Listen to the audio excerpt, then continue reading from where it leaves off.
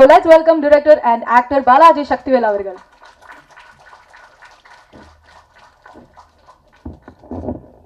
அனைவருக்கும் அன்பான வணக்கம்.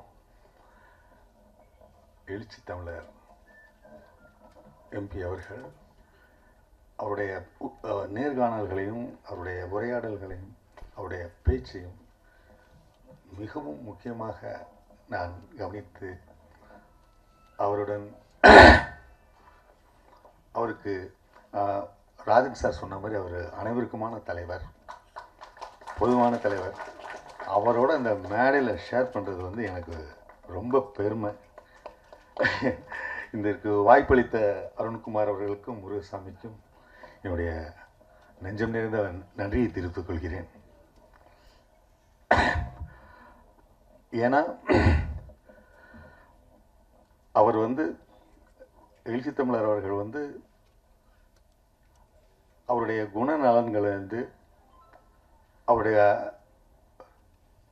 பயோகிராஃபியை நான் கொஞ்சம் கொஞ்சமாக நான் பார்த்துட்ருக்கேன். அவர் வந்து அவருடைய அந்த பணி வந்து திரைப்படம் மூலமாக பதிய வைக்கப்பட வேண்டும் என்று நான் கேட்டுக்கொள்கிறேன். அதற்கான முயற்சியை யாராவது தொடங்கினால் அதற்கு நான் ஒத்துழைக்க கடமைப்பட்டுள்ளேன்.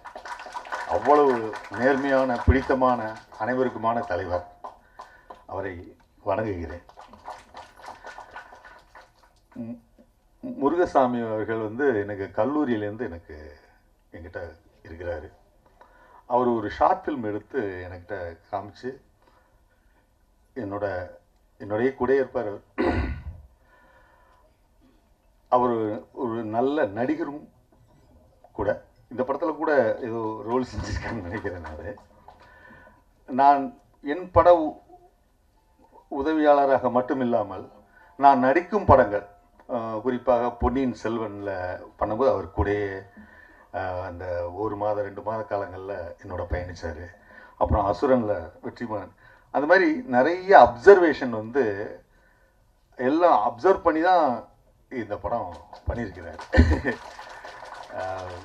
எனக்கு ரொம்ப மகிழ்ச்சி என்னன்னு கேட்டிங்கன்னா, அவர் ஒரு எளிமையான பின்புலம் கொண்டவர் தான். எனக்கு நல்லா தெரியும். எங்கள் வீட்டு வர்றாரு, எல்லா வேலைகளும் செய்வார், அதாவது எல்லா பணிகளையும் செய்வார். குறிப்பாக வந்து மயில்சாமி அவர்களோட இணைந்து பல தொண்டு பணிகளை செஞ்சிட்டு இருந்தார். அவருக்காக பிரச்சாரம் கூட பண்ணார். அந்த அளவுக்கு அவர் வந்து ரொம்ப டவுன் டு எர்த் மேன். அவர் வந்து இப்படி ஒரு இயக்குனராக இருப்பது எனக்கு ரொம்ப மகிழ்ச்சியும் எனக்கு ரொம்ப பெருமையாகவும் இருக்குது. அதுக்கு வாய்ப்பளித்த தயாரிப்பாளர் அருண்குமார் அவர்களையும் அந்த யூனிட் எல்லாத்தையுமே நான் ரொம்ப மகிழ்ச்சியோட வாழ்த்துறேன். லிசி ஆண்டனி அவர்கள் இந்த பெண் கதாபாத்திரத்தை, அது முதல் படத்தில் எப்படி வேணாலும் எடுக்கலாம். ஆனால் வந்து இவர் சொன்ன மாதிரி ஒரு சமுதாய கருத்தை வந்து சொல்லணும்னு அதுவும் இல்லாமல் ஒரு வெகுஜன பார்வையிலேருந்து, ஒரு எளிய மனிதர், ஒரு ஒர்க்கிங் கிளாஸ், அந்த பார்வையிலேருந்து அந்த படம் எடுத்துக்கிறதாக நாம் எல்லாம் விட்னஸ் பண்ணோம். அதில் வந்து வீரியம் இருக்கும்.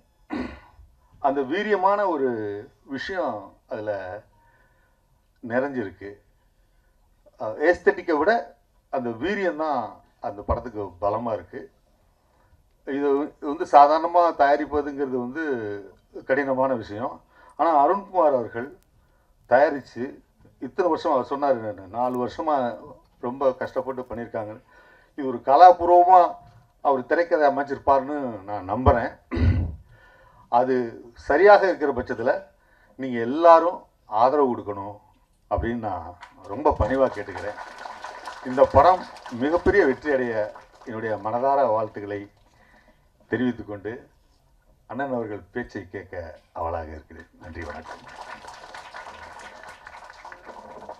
ஏன்னா லிசி ஆண்டனி அவர்களை மேடைக்கு அழைக்கிறேன். இவங்களோட நேச்சுரல் பர்ஃபார்மன்ஸ் மூலமா மனசை கொள்ள அடிச்சிருக்காங்க அப்படின்னு தான் சொல்லணும். ட்ரைலர் பார்க்கும்போதே தெரியுது மேம் எவ்வளவு மெனக்கெடுதல் இருந்திருக்கும் சொல்லி. ப்ளீஸ் ஒரு சில வார்த்தைகள். Thank you so much. மீடியா நண்பர்களுக்கும் மேடையில் இருக்க பெரியவங்களுக்கும் என்னோட வணக்கம். ஜென்ரலாக எல்லா ஆடியோ லான்ச்லேயும் நான் வந்து எனக்கு இது ரொம்ப பயமான ஒரு விஷயம், மேடை பேச்சு அப்படிங்கிறது. ஸோ என்னை கூப்பிட்ட உடனே நான் வந்து ஆப்பர்ச்சுனிட்டிக்கு தேங்க்ஸ் அப்படி சொல்லிட்டு போயிடுவேன். ஆனால் இன்றைக்கி எங்கள் ப்ரொடியூசர் மிஸ்டர் அருண் வந்து நான் பேசி ஆகணும்னு சொல்லியிருக்காரு. I always believed one thing in life.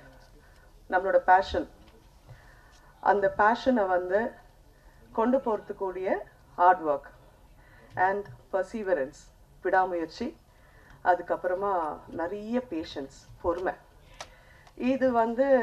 இதுதான் என் லைஃப்பில் நான் ஃபாலோ பண்ணுற ஒரு விஷயம். அதுதான் என்னை இவ்வளோ தூரம் கொண்டு வந்திருக்கு.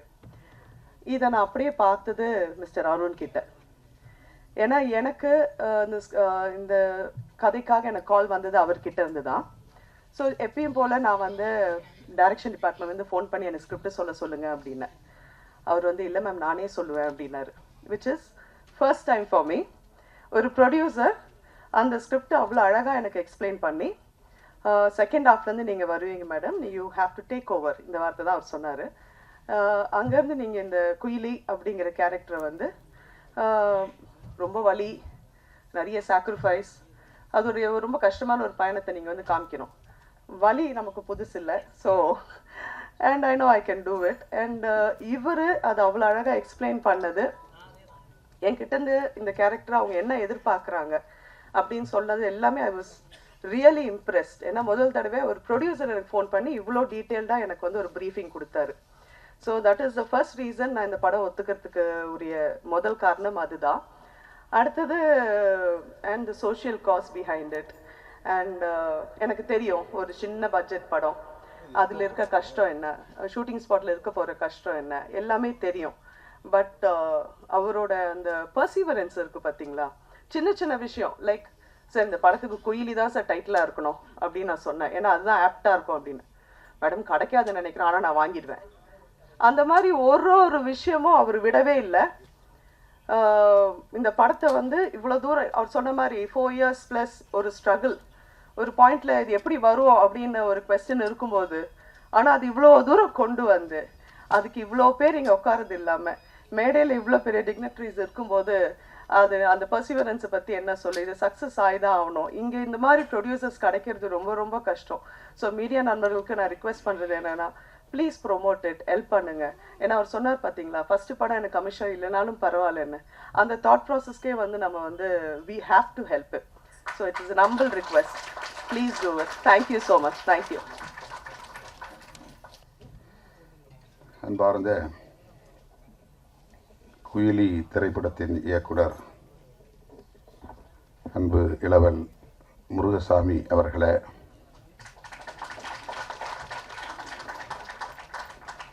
இத்திரைப்படத்தின் தயாரிப்பாளர் BM ஃபில்ம் இன்டர்நேஷனல் நிறுவனத்தின் உரிமையாளர் VV அருண்குமார் அவர்களே,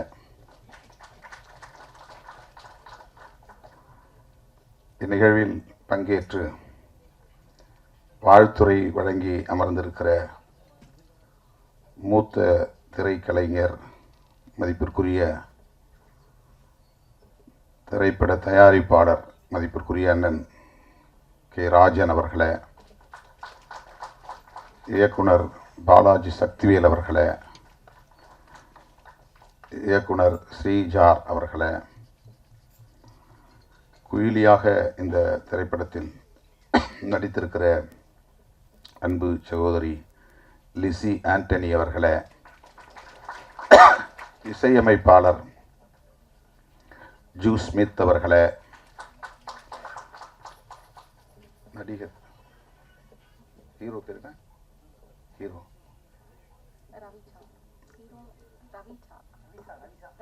ரவிச்சா அவர்களே, மற்றும் மேடையில் அமர்ந்திருக்கிற படைப்பாளர்களே, திரைக்கலைஞர்களே, திரளாக கூடியிருக்கிற தமிழ் சொந்தங்களே, உங்கள் அனைவருக்கும் என்னுடைய பணிவார்ந்த வணக்கத்தை தெரிவித்துக் கொள்கிறேன். ஆர்ப்பாட்டம் ஒன்றில் பங்கேற்க வேண்டியிருந்தது. சத்தீஸ்கர் மாநிலத்தில் பழங்குடி மக்களுக்கு எதிரான ஒரு நடவடிக்கை, இராணுவ நடவடிக்கை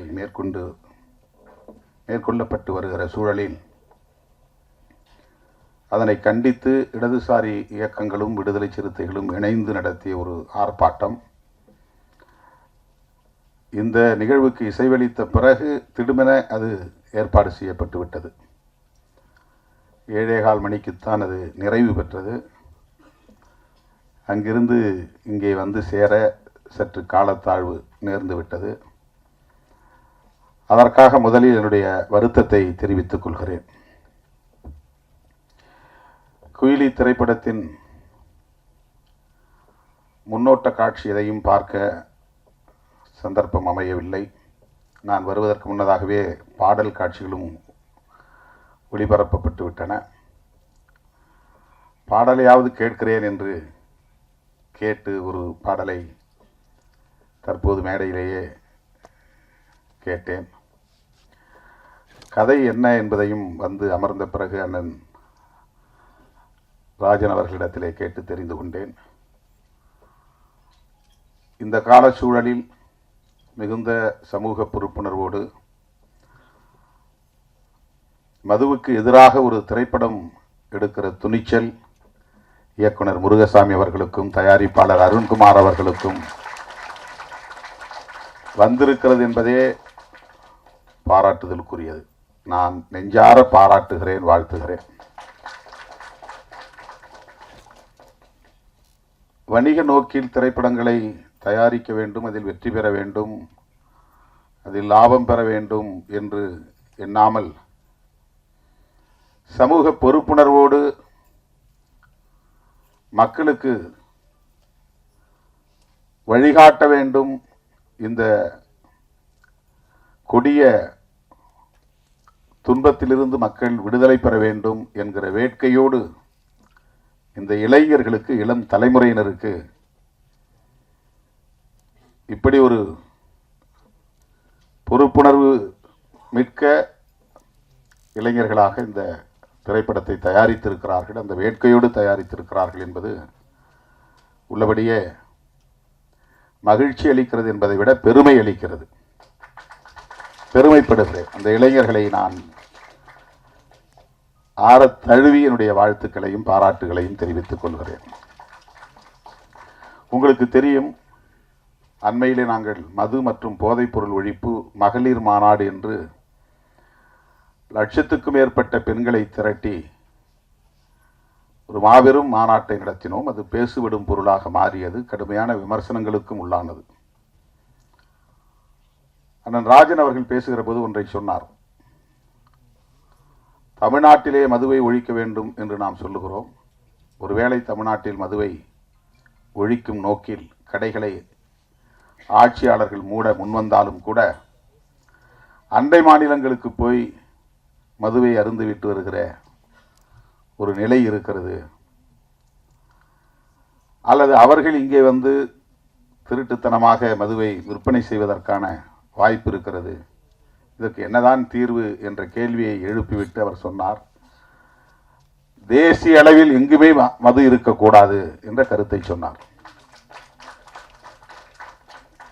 திருமாவளவன் இதை நாடாளுமன்றத்திலும் பேச வேண்டும் என்று சொன்னார். சொல்லிவிட்டு பேசியிருக்கிறார் என்று நம்புகிறேன் என்றும் சொன்னார். அவருடைய நம்பிக்கை வீண் போகவில்லை. நான் பேசினேன், மக்களவையில் பேசினேன். என் மீது அவர் வைத்திருக்கிற நம்பிக்கை எனக்கு வியப்பளிக்கிறது. நாடாளுமன்றத்தில் அப்படி நான் பேசுகிற போது மாண்புமிகு அமைச்சர் நிர்மலா சீதாராமன் அவர்கள் எழுந்து, நீங்கள் முதலில் தமிழ்நாட்டில் மதுவை ஒழித்துவிட்டு வாருங்கள், கள்ளக்குறிச்சியிலே பல பேர் உயிரிழந்திருக்கிறார்கள், அங்கே பேசாமல் இங்கே ஏன் பேசுகிறீர்கள் என்று எதிர்வினையாற்றினார். அது அரசியல் ரீதியான விமர்சனம். நாம் அதை கடந்து சிந்திக்கிறோம். தமிழ்நாட்டில் உள்ள இளைஞர்கள் மட்டுமல்ல, தமிழ்நாட்டில் உள்ள மனிதர்கள் மட்டுமல்ல, இந்தியா முழுவதும் மக்கள் நம் தேசத்து மக்கள் இதனால் பாதிக்கப்படக்கூடாது என்கிற பரந்த பார்வை நமக்கு உண்டு. ஆகவே மது ஒழிப்பு கொள்கையை தேசிய கொள்கையாக இந்திய ஒன்றிய அரசே ஏற்றுக்கொள்ள வேண்டும் என்பதை நான் நீண்ட காலமாக பேசி வருகிறேன். ஐயா இலக்கிய செல்வர் குமரி அனந்தன் அவர்கள் என்னுடைய அலுவலகம் தேடி வந்து அப்படி ஒரு தீர்மானத்தை பல ஆண்டுகளுக்கு முன்னரே இயற்றியதை அறிந்து வந்து நேரிலே வந்து பாராட்டினார். மகாத்மா காந்தியை தேசிய தலைவராக நாம் ஏற்றுக்கொள்கிறோம். அவருடைய திருவுருவப் படங்களை ரூபாய் நோட்டிலும் தவறாமல் அச்சிடுகிறோம். அவருடைய கொள்கைகள் முக்கியமானவற்றுள் மது விலக்கு என்பது முதன்மையானது. அகிம்சை என்பது அவருடைய கொள்கைகளுள் ஒன்று என்றால்,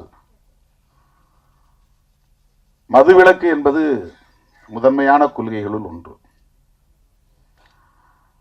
மகாத்மாவை தேசத்தந்தை என்று ஏற்றுக்கொண்டிருக்கிற நாம் அவருடைய உயிர் மூச்சான கொள்கைகளுள் ஒன்றான மதுவிலக்கை பொருட்படுத்துவதே இல்லையே. இதை மாநிலங்கள் பார்த்து கொள்ளட்டும் என்று ஒன்றிய அரசு கண்டும் காணாமல் இருக்கிறது. மாநில அரசுகள், தமிழ்நாடு மட்டுமல்ல, மாநில அரசுகள் வருமானத்திற்கான ஒரு வழியாக இதை பார்க்கிறதே. யார் எப்படி கெட்டு போனால் நமக்கென்ன என்கிற ஒரு அலட்சிய போக்கு மேலோங்கி இருப்பதாக தெரிகிறதே என்ற கவலை இன்றைக்கு நேற்றைக்கல்ல பல பத்தாண்டுகளாக எனக்கு உண்டு. அதை நான் பல மேடைகளில் பேசியிருக்கிறேன். பல மாநாடுகளில் தீர்மானங்களாக நிறைவேற்றியிருக்கிறோம். கள்ளக்குறிச்சியில் 60 பேர் உயிரிழந்ததும் நான் உடனடியாக அந்த பகுதிக்கு சென்று 2 நாள் இருந்து ஒவ்வொருவரின் வீடாக சென்று அந்த மக்கள் கத்தி கதறி அழுத நிலையில் அவர்களின் கைகளை பற்றி கொண்டு ஆறுதல் சொன்னேன். அவர்களுக்கு எம்மால் இயன்ற நிதி உதவியும் செய்தோம். உடனடியாக ஒரு ஆர்ப்பாட்டத்தையும் நடத்தினோம். அது போதாது என்கிற அடிப்படையில் மரக்காணத்தில் உயிரிழந்தவர்களையும் போய் சந்தித்து ஆறுதல் சொல்லிவிட்டு அவர்களுக்கும் நிதியுதவி செய்துவிட்டு அங்கே நான் அறிவிப்பு செய்தேன். மது மற்றும் போதைப் பொருள், மது மட்டுமல்ல, பல வகையான போதைப் பொருள் இன்றைக்கு புழக்கத்திற்கு வெளிப்படையாக வந்திருக்கின்றன. கஞ்சா போன்ற பல வகையான போதைப் பொருட்கள், ட்ரக்ஸ், போதை மாத்திரைகள் பள்ளி வளாகங்களிலே இப்போது கிடைக்கிறது. நகர்ப்புறங்களில் மட்டுமே புழக்கத்தில் இருந்த போதைப் பொருட்கள் இப்போது கிராமப்புறங்களிலும் ஊடுருவி இருக்கிறது. இந்த துயரத்தை, இந்த அவலத்தை எண்ணி இதற்கென்று ஒரு மாநாடு நடத்த வேண்டும் என்று அறிவிப்பு செய்து அதை ஒரு தேசிய கொள்கையாக இந்திய ஒன்றிய அரசே ஏற்றுக்கொண்டு எந்த மாநிலத்திலும் மதுக்கடைகள் திறக்கக்கூடாது, வருவாய்க்கு வேறு வழிகளை தேடிக்கொள்ள வேண்டும் என்று வழிகாட்டக்கூடிய ஒரு நிலைப்பாட்டை இந்திய ஒன்றிய அரசு மேற்கொள்ள வேண்டும் என்று வலியுறுத்தி தீர்மானம் நிறைவேற்றினோம். இப்போது பலரும் விமர்சித்தார்கள். தமிழ்நாட்டிலே கடையை திறந்து வைத்திருக்கிற ஆட்சியாளர்களை மேடையில் அமர வைத்துக் கொண்டு நீங்கள் தேசிய அளவிலே மதுவிலக்கு கொள்கையை பேசுவது எந்த வகையிலே நியாயம் என்று அரசியல் ரீதியான விமர்சனங்களை பேசினார்கள். நம்மை பொறுத்தவரையில் ஆட்சியில் இருந்தாலும் கூட அவர்களையும் மேடையில் அமர வைத்து மதுவை ஒழிக்க வேண்டும் என்று சொல்லுகிற துணிச்சல் விடுதலை சிறுத்தைகளுக்கு உண்டு என்பதை அந்த நிகழ்வின் மூலமாக உறுதிப்படுத்தினோம். கூட்டணியில் இருக்கிறோம், அவர்களை வைத்துக்கொண்டு மேடையிலே பேசக்கூடாது என்று நாங்கள் அஞ்சவில்லை. உங்களுக்கும் இதிலே உடன்பாடு இருக்கிறது, எனவே மேடைக்கு வாருங்கள், ஒன்றும் பிரச்சனை இல்லை, வந்து உங்கள் கருத்தை சொல்லுங்கள். மேடைக்கு வந்தார்கள். தேர்தல் வாக்குறுதியிலேயே மதுக்கடைகளை மூடுவோம் என்று திராவிட முன்னேற்றக் கழகம் ஏற்கனவே அறிவித்திருக்கிற நிலையில் இந்த மாநாட்டிலும் பேச வேண்டும் என்று நாங்கள் அந்த கூட்டணி உறவை பயன்படுத்தி ஒரு அழுத்தம் கொடுத்தோம் என்பதுதான் உண்மை. அதுதான் ஒரு பிரஷர். ஆளுங்கட்சியை மேடையிலே அமர வைத்து, ஆமாம் எங்களுக்கும் மதுக்கடைகளை மூட வேண்டும் என்கிற கருத்திலே உடன்பாடு உண்டு என்று சொல்ல வைத்தது விடுதலை சிறுத்தைகள் என்பதை நான் இந்த இடத்திலே பதிவு செய்ய விரும்புகிறேன். ஆகவே இந்தியா முழுவதும் மது ஒழிக்கப்பட வேண்டும், போதைப் பொருள் புழக்கம் கட்டுப்படுத்தப்பட வேண்டும். தினந்தோறும் நான் சுற்றுப்பயணத்தில் இருக்கிறேன், ஏதாவது ஒரு கிராமத்தில் இருக்கிறேன், ஏதேனும் ஒரு நிகழ்ச்சியில் பங்கேற்கிறேன். உள்ளபடியே ஒவ்வொரு நாளும் நான் நொந்து போகிறேன். மேடைக்காக நான் பேசவில்லை. இளம் வயதிலேயே பல இளைஞர்கள், ஒரு குறிப்பிட்ட சமூகத்தை சார்ந்தவர்கள் என்று இல்லை, அனைத்து சமூகங்களை சார்ந்தவர்களும் இந்த கொடிய குடிப்பழக்கத்திற்கு ஆளாகி இளம் வயதிலேயே வாழ்வை பாழாக்கி கொள்ளுகிறார்கள். குடும்பம் நடத்துவதற்கான ஆளுமையையே இழந்து விடுகிறார்கள். ஏதோ தாம்பத்திய உறவை கொண்டு 2-3 பிள்ளைகளுக்கு தந்தையாகி விடுகிறார்கள். ஆனால் அந்த பிள்ளைகளை பாதுகாக்கவோ பராமரிக்கவோ அவர்களை படிக்க வைக்கவோ அவர்களுக்கான எதிர்காலத்தை நல்ல முறையில் அமைத்து தரவோ பொறுப்புணர்வு கொண்ட ஆளுமையாக அவர்கள் இல்லை. நிற்க முடியாமல் தடுமாறுகிறார்கள். அதிகாலையில் இருந்து படுக்கப் போகிற வரையில் போதையில் மிதக்கிறார்கள். அவ்வளவு குடும்ப பாரத்தையும் மனைவி சுமக்கிறாள்.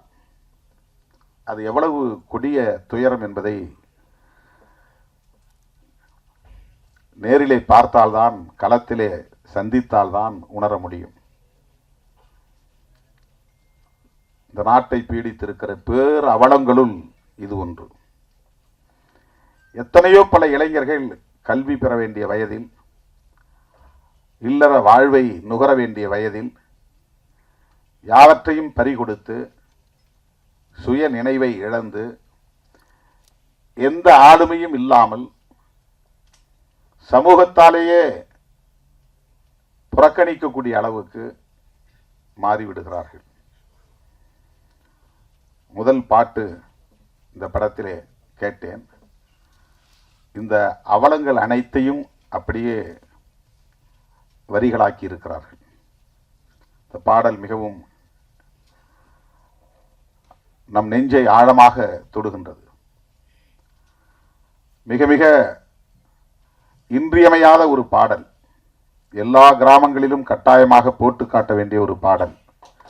எல்லோரும் தன்னுடைய அலைபேசியிலே வைத்திருக்க வேண்டிய ஒரு பாடல். விழிப்புணர்வை ஏற்படுத்தக்கூடிய ஒரு பாடல். அந்தோனிதாஸ் குரலில் பாடியிருக்கிறார் என்று கருதுகிறேன். இசையும் மிக சிறப்பாக வந்திருக்கிறது. வேட்டவளம் ராமமூர்த்தி பாடல் அவ்வளவு யதார்த்தமாக அந்த துயரங்களை காட்சிப்படுத்தி இருக்கிறார்கள், வரிகளுக்குள் கொண்டு வந்திருக்கிறார்கள். தோழர்களே, நாம் ஒவ்வொருவருக்கும் இதில் பொறுப்பு இருக்கிறது. இந்த ஆட்சி அந்த ஆட்சி என்று நாம் இதில் அரசியலை நுழைத்து மதிப்பீடு செய்ய தேவையில்லை. அண்ணன் ராஜன் அவர்கள் ஒன்றை என் காதோரம் வந்து ஆலோசனையாக சொன்னார்.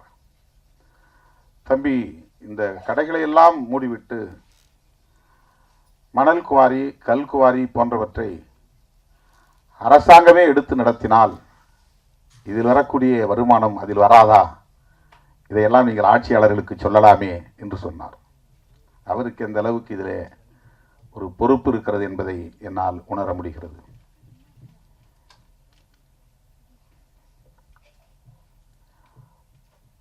தமிழக முதலமைச்சரிடத்திலே தனிப்பட்ட முறையிலே இதை பற்றி பேசுகிற போதும் கூட அவருக்கும் அந்த கவலை இருக்கிறது.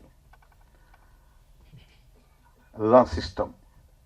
ஒரு சமூக கட்டமைப்புக்குள்ளே அரசு சார்ந்த கட்டமைப்புகள் சில நேரங்களில் நம்முடைய விருப்பங்களை மீறி இயங்கக்கூடியவையாக அமைந்து விடுகின்றன.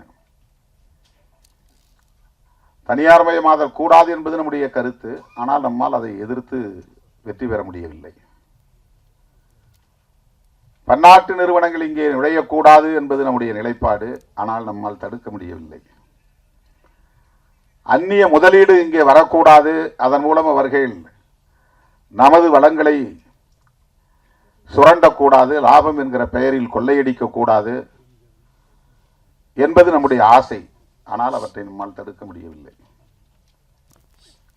இப்போது கூட நாங்கள் போய்விட்டு வந்த அந்த ஆர்ப்பாட்டம் எதற்கு என்றால், அங்கே இருக்கிற பழங்குடி மக்கள் சத்தீஸ்கர் மாநிலத்தில்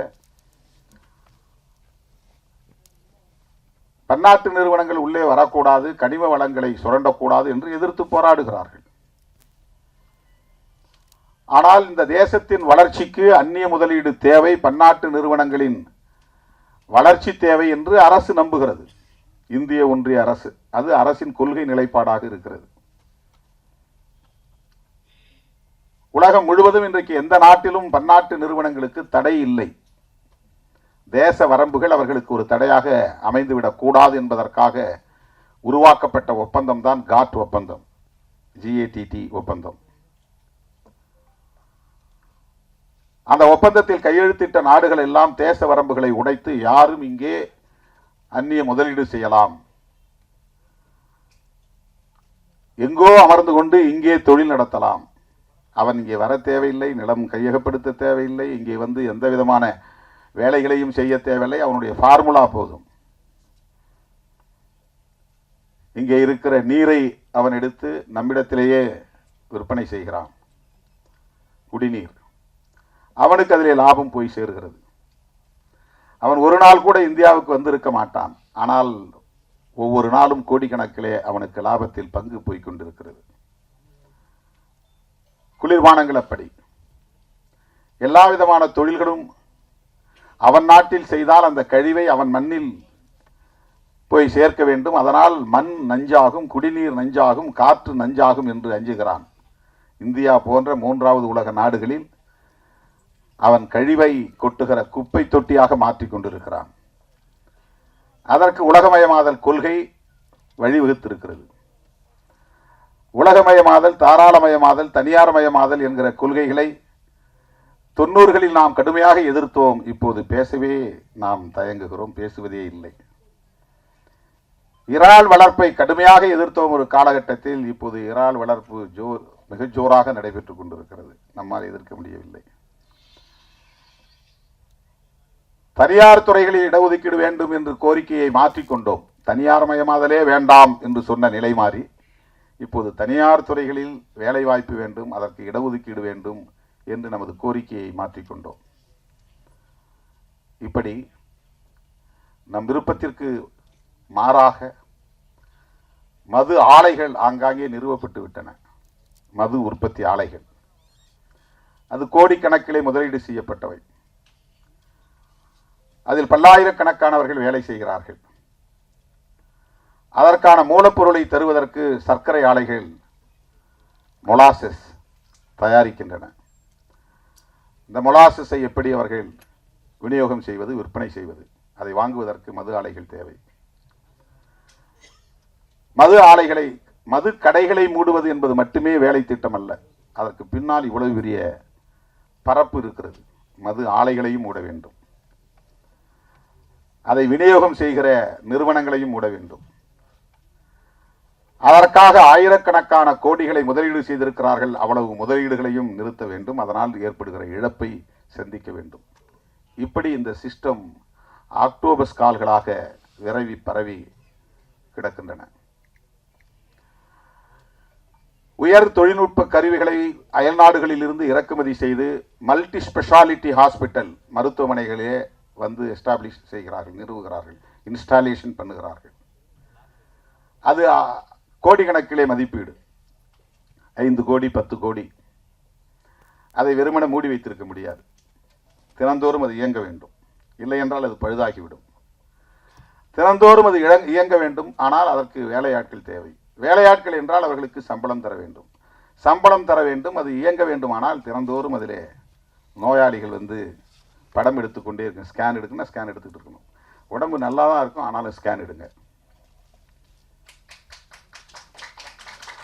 எனக்கு ஒன்றும் பிரச்சனை இல்லையே. இல்லை, இதெல்லாம் மாஸ்டர் செக்கப் மாதத்துக்கு 3 மாதத்துக்கு ஒரு தடவை வந்து பண்ணிக்கங்க, 6 மாதத்துக்கு ஒரு தடவை பண்ணிக்கங்க. இது நம்முடைய ஹெல்த்தில் அவங்களுக்கு அக்கறை இருக்கிற மாதிரி. ஆனால் இது மெடிக்கல் மாஃபியாவுடைய வேலைகள், தொழில் முதலீட்டாளர்களின் வேலைகள். அதை சும்மா வச்சிருக்க முடியாது.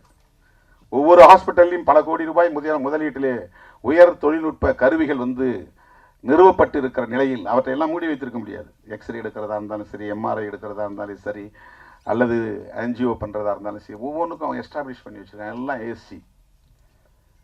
அதெல்லாம் வந்து அவன் டெய்லி மெயின்டெனன்ஸ் இருக்கணும், சும்மா போட்டு மூடி வச்சிருக்க முடியாது. அந்த மாதிரி தான்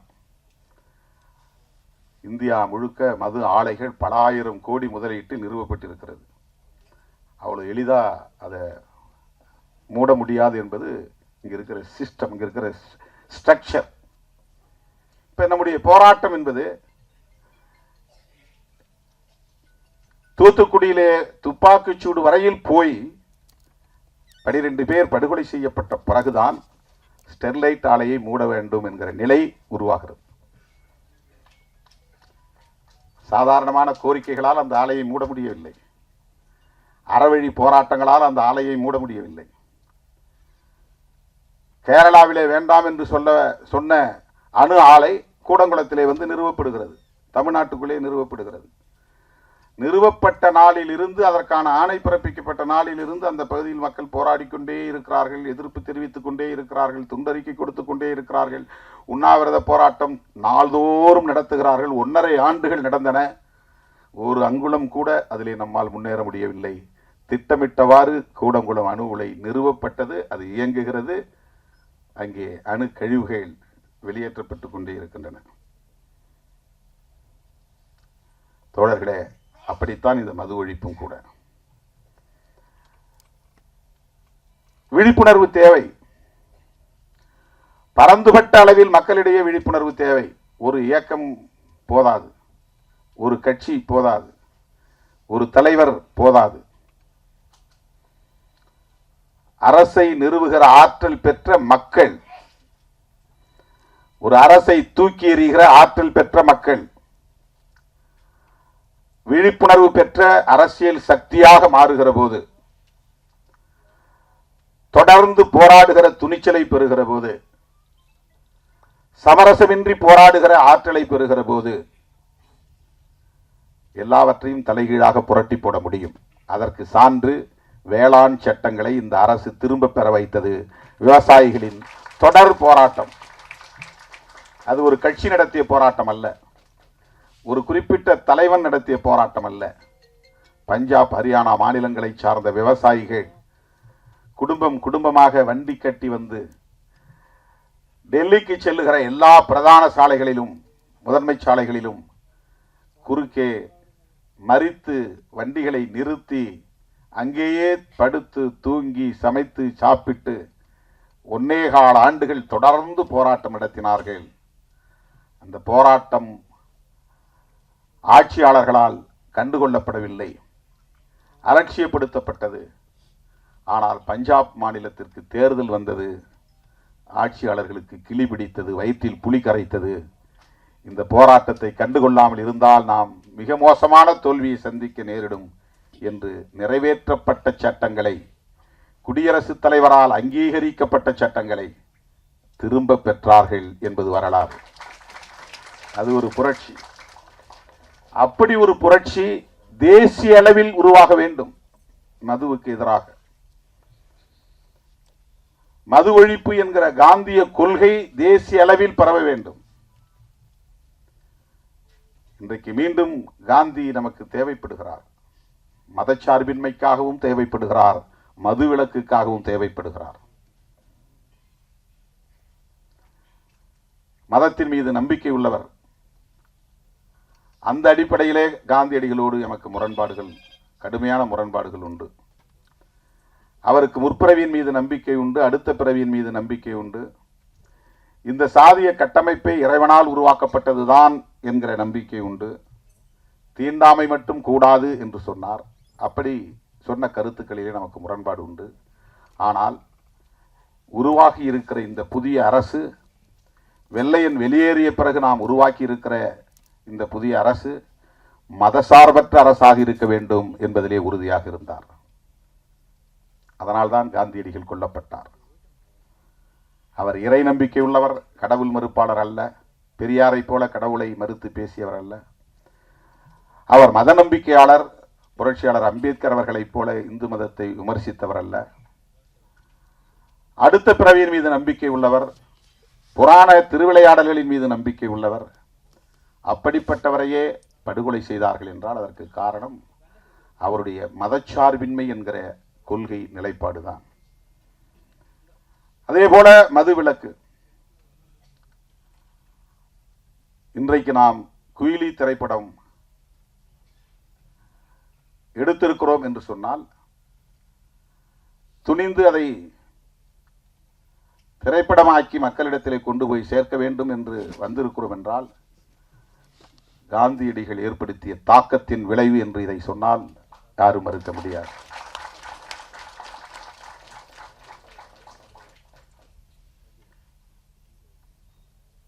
களத்திலே நாம் சந்திக்கிற அவலங்கள் நம்மை சிந்திக்க வைக்கிறது என்பதுதான்.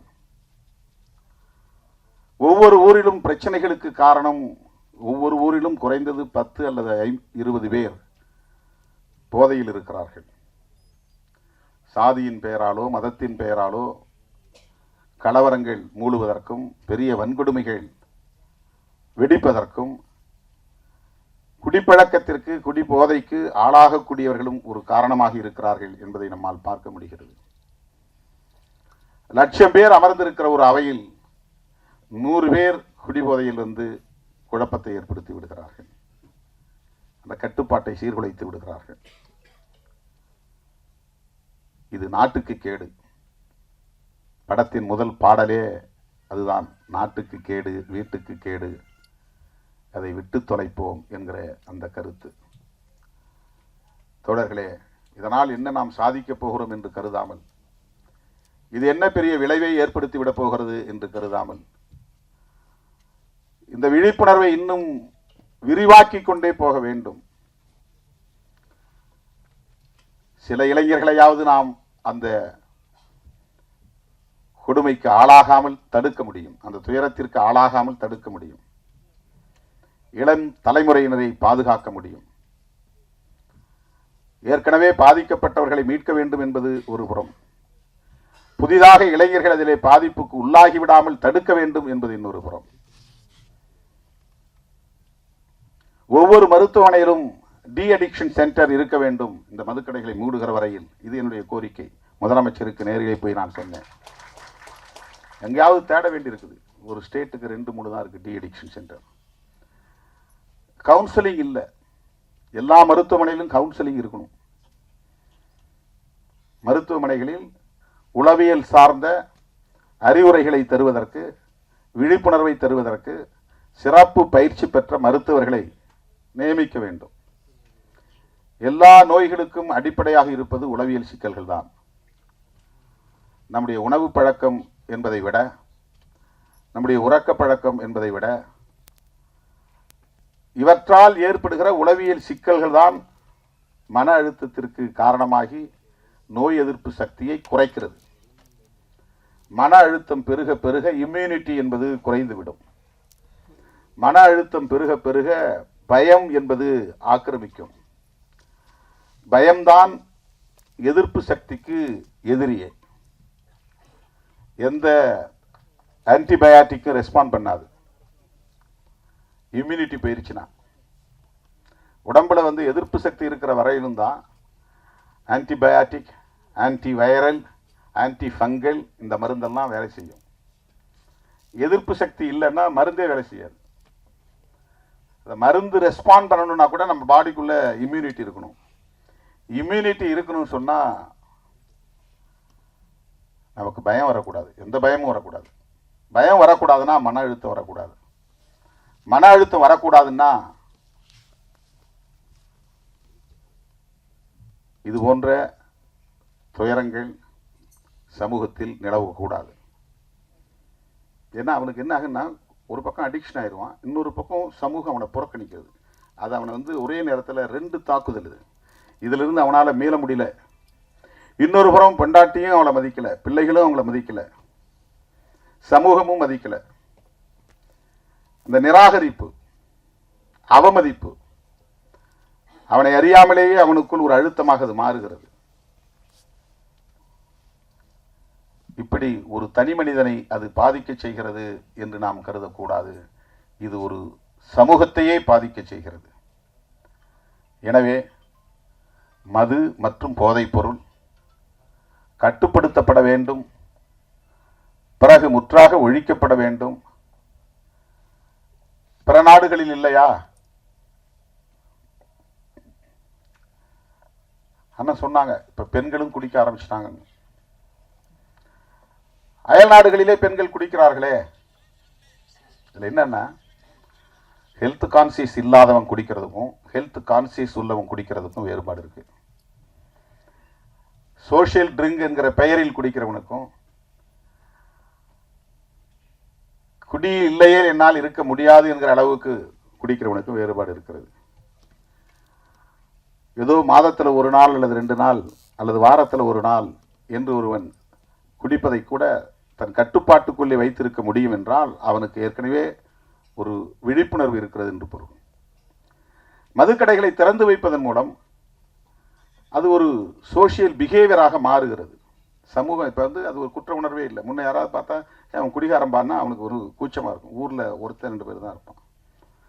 இப்போ ஊரில் 40 பேர் 50 பேர், அதனால யாருக்கும் எந்த குற்ற உணர்வும் கிடையாது. அது சாதாரணமாகிவிட்டது. பிள்ளைகளையே போய் வாங்கி வர சொல்றாங்க. அப்பாவும் அம்மாவும் சேர்ந்து குடிக்கிறாங்க. அது நியாயப்படுத்தப்படுகிறது. அவங்க செய்கிற வேலைப்பா, உடம்பு வலி, அதனால குடிச்சிட்டு படுக்கிறான். இதை சில பேர் நியாயப்படுத்துகிறார்கள். உள்ளபடி இது பெரிய அவலம், சகித்துக் கொள்ள முடியாத பேரவலம். ஒரு சமூகத்தையே முடமாக்குகிற ஒரு பேரவலம், ஒரு தேசத்தையே வீழ்த்துகிற பேரவலம். எல்லா இலவசங்களையும் நிறுத்திவிட்டு கல்வியை மட்டும் இலவசமாக தர முன்வருகிற ஒரு அரசு, அதன் மூலம் ஒரு விழிப்புணர்வை ஏற்படுத்துகிற அரசு, இது போன்ற அவலங்களையும் ஒரு முடிவுக்கு கொண்டு வரும்.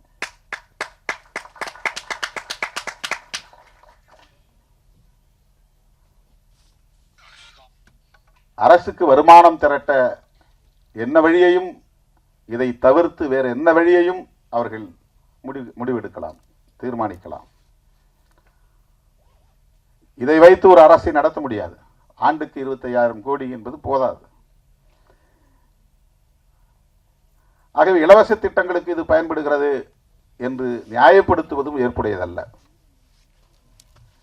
இலவசங்களே வேண்டாம் என்பதுதான். எல்லா இலவச திட்டங்களையும் நிறுத்த வேண்டும். ஒட்டுமொத்த கல்வியையும் அரசே ஏற்றுக்கொள்ள வேண்டும். கல்வியை இலவசமா கொடுங்க, ஆரம்ப கல்வி முதல் ஆராய்ச்சி கல்வி வரையில். இதெல்லாம் பொதுமக்களின் கோரிக்கையாக மாற வேண்டும். ஒரு தனிநபர் கோரிக்கையாக, ஒரு இயக்கத்தின் கோரிக்கையாக இருக்கிற போது ஈடுபடாது. பொதுமக்களின் கோரிக்கையாக மாற வேண்டும். அதற்கான விழிப்புணர்வு தேவை.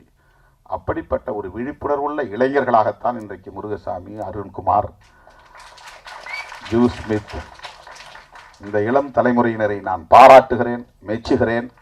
இது போன்ற இன்னும் பல விழிப்புணர்வு கருத்துக்களை சொல்லக்கூடிய படைப்புகளை நீங்கள் தர வேண்டும். இந்த சமூகம் உங்களை தூக்கி கொண்டாடும் என்பதை சொல்லி இந்த வாய்ப்புக்கு நன்றி கூறி முடிக்கிறேன். நன்றி, வணக்கம்.